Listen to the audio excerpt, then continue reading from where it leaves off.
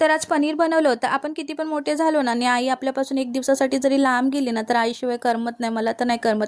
तर आई गेली होती छोट्या भावाकडे एका दिवसासाठी. जसं आई समजली आल्यावर तशीच कामं ठेवली आणि पहिले आईला भेटायला गेली. आईला भेटून आली, गप्पा मारल्या आईशी आणि नंतर घरी आली आणि घरची कामं करायला घेतली. दुपारची थोडी भांडी होती ती घासली आणि रात्रीच्या जेवणासाठी बनवायची होती चण्याची भाजी, ती बनवून घेतली. सकाळचं थोडंसं दूध बाकी होतं. म्हटलं चला त्याचं पनीर बनवूया. उद्या मित्रांच्या टिफिनसाठी त्याला पनीर पराठा बनवून देऊ. तर इथे मी पनीर बनवायला घेतलं होतं. नंतर नाही मी वेट लॉसची ड्रिंक्स होती. म्हटलं चला आपण पण वेट लॉस करू आणि उद्यापासून मॉर्निंग वॉकला जाऊया.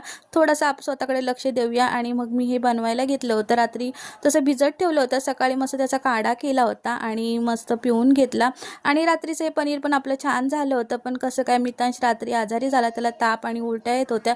कुठलं काय वेट लॉस, सकाळी मॉर्निंग वॉकला पण जाता आलं नाही कारण रात्रभर मितांशने झोपूच नाही दिला आणि दिवसभर त्याचं असंच चालू होतं, मम्मी घेऊन बस, मम्मी घेऊन बस, असा होता आजचा दिवस.